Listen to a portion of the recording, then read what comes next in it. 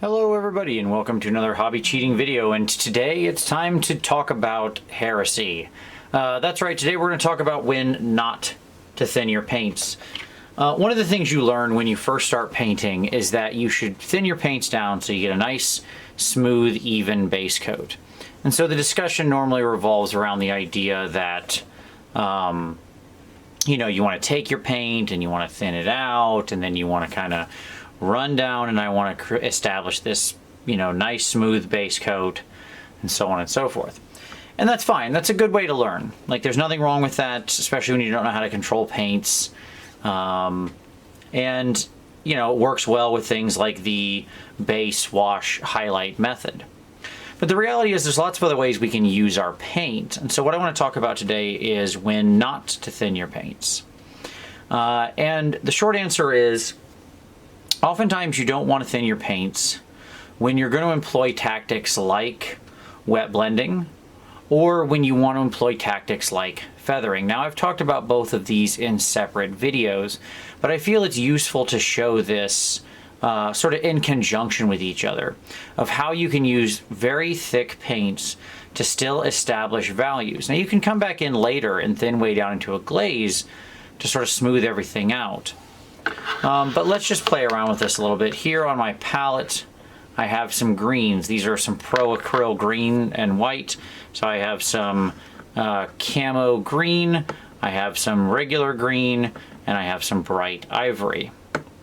In addition, I have something else we'll talk about later. So here I've just got these three paints, boom, boom, boom.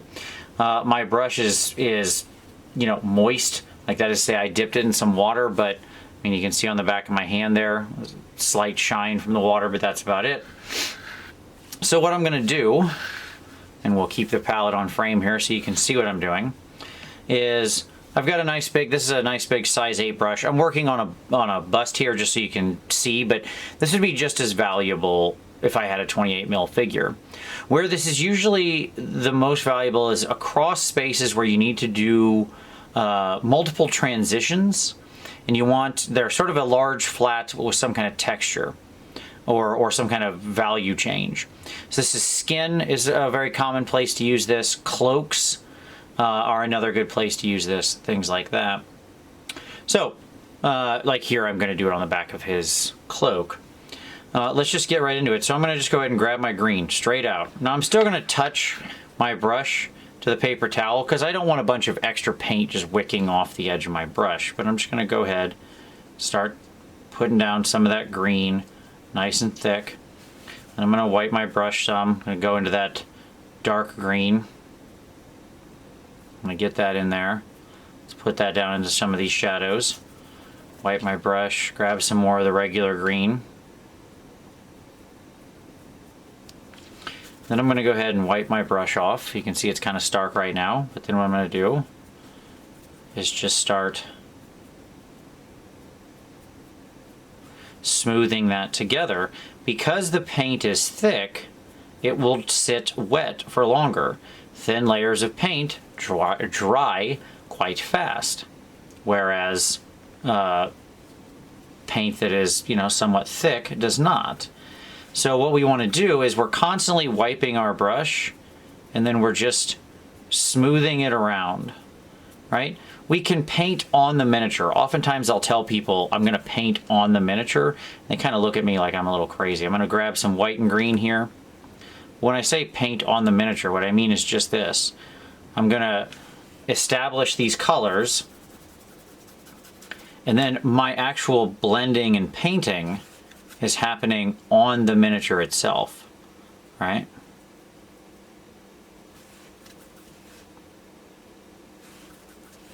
I can grab some of my other tone if I want to bring that back down. Grab some of my darkest tone here just to build that back into the shadows, and I can kind of keep going back and forth. Just smooth that out. You can see how doing this with a nice thick paint, I've got a nice long working time. Not under a lot of pressure here. Just using a nice big brush. right?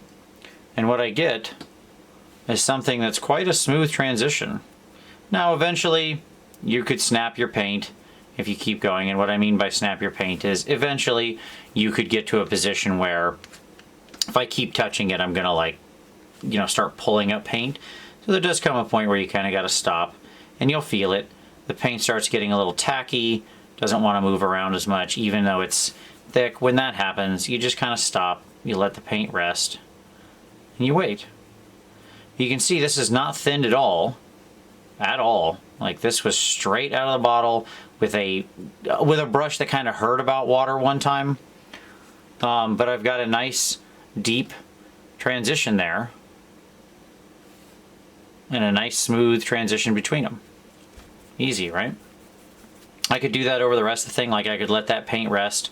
I could come back in, wick off some of that green. Let's kind of continue it over here.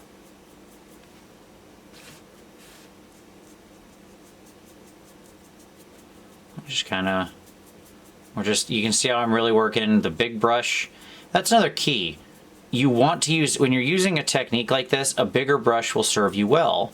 A little brush, you're hitting like little teeny tiny scrapes at a time, which is going to naturally create a bunch of naturally going to create a bunch of brush strokes and make it harder to do this. When I'm working with a nice big brush, right,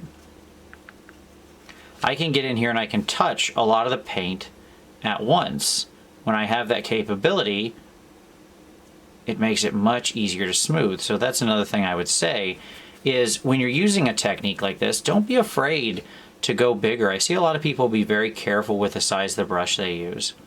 And the reality is you can, especially once you've got a little bit of time under your belt painting, you'll get comfortable. You have some brush control.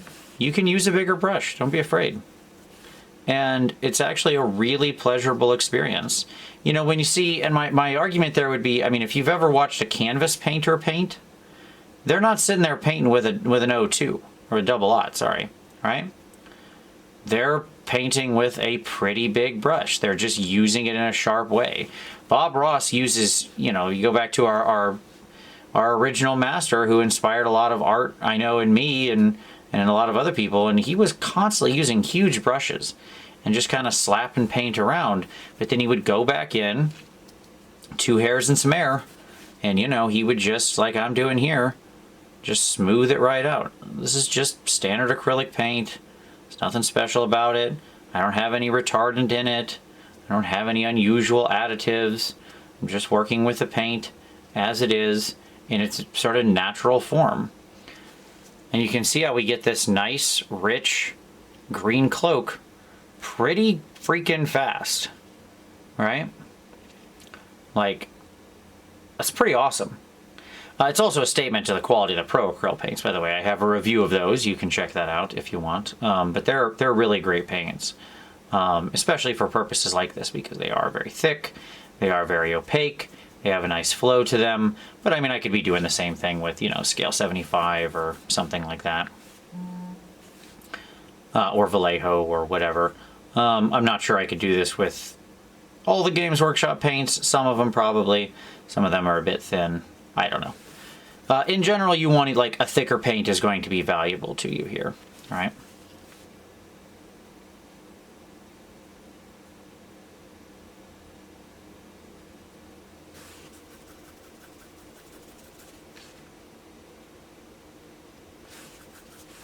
You can see how what I'm actually doing a lot of is removing paint from the miniature. Like I'm brushing it back off or smoothing it out wet into wet or whatever, but then I wipe my brush a lot. Excuse me, I wipe my brush a lot so that way I'm taking the excess and depositing it somewhere else. And all of this is just smoothing out on the miniature. And there we go. We have a nice, really great set of transitions that are real smooth, real fast. Okay? Now I mentioned there was, now I'm going to go ahead and rinse my brush. I never rinsed my brush anyways. It never touched water. I mean, you saw it on camera the whole time. This is such an easy way to paint large flat spaces, and it's such a wonderful technique. And you can't do this with thin paint. Thin paint is going to dry far too quickly. Now, that's more of like a wet blending style, but if we wanted We could also talk about this with something like feathering. So on my palette here, I also have some heavy body acrylic. This is just some good old-fashioned titanium white. And if I really wanted to pop up, let's say, this edge of the cloak, I could take some just straight, now this is a heavy body acrylic, so this is quite thick. But I can take some of that, run it along there. My brush was still a little too wet. I want it to be, you know, pretty dry. Sorry, there we go. So I go ahead and put that heavy body acrylic on there. I accidentally thinned my paints too much. Then I wipe my brush again. Let's keep that over here on camera.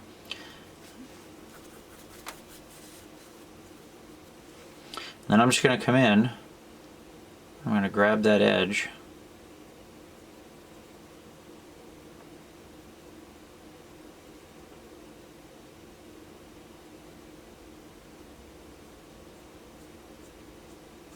I'm just going to feather it right out.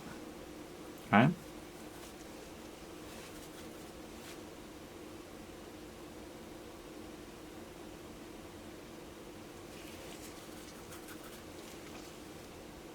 I can push down, get rid of some of that, pull up some of that top paint. There we go. And now we've got a nice, sharp, smooth, white line. We went all the way to white. It was easy peasy, right? Again, didn't thin the paint, didn't clean the brush, didn't do anything crazy. No sorcery here, no camera tricks. Just apply it on part of that, wipe our brush off, and then we come in at that side angle. That's really the key. See how I'm working it with the side of the brush? All right? And I'm just smoothing that paint out. I will say this is not a good thing to do with your really nice brushes, this technique I'm using right here, because you may have noticed I'm being kind of rough on my brush. You are correct.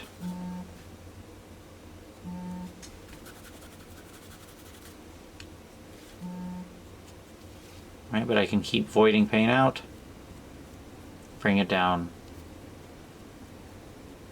smooth it right out. All right. Now, if I go too far, hey, maybe that's when I go back, and maybe that's when I finally have a thin paint. We can finish by me, say, grabbing a green glaze or something. You know, I could take my original green glaze, or my original green, could take just a dab of that, thin that way down, and maybe there's where I come back in and just give that a little bit of a touch, kind of smooth that out, and just really soften that transition up. Right? Easy. So I say all this to say the following. I don't want you to... There are lessons that we learn sometimes in miniature painting that we take as dictum early on, because the reality is we're better off following them when we first start than we are not. You know, it's just we sort of learn, always do this thing. And then from then on, we say, okay, well, that's the rule. We always have to thin our paints, right? But of course, you know, time goes by and we learn that there are other ways to do things. And we say, you know what? Maybe we don't have to always thin our paints. Maybe we can have a little bit of heresy, a little bit of treason. Maybe we can work in non-thinned paints and accomplish some really cool stuff by just blending and pushing and using larger brushes and thick paint and working with its natural properties of taking longer to dry to achieve some stuff that we would otherwise find quite difficult, right? Because sometimes achieving blends like this, you see I just keep pulling paint off of this, by the way, intentionally, not in a bad way. Like I'm literally intentionally just removing paint and then just smoothing it out. And we say, okay, well, maybe it's time we try some new stuff. And we can accomplish something really, really cool. So, those are two good examples of when not to thin your paints. There are, you know, a few other cases as well. Sometimes, like, metallics are a whole separate discussion we can have that, you know, I have lots of videos on, where you don't always necessarily want to thin your metallic paints. They can often cause you problems if you thin them.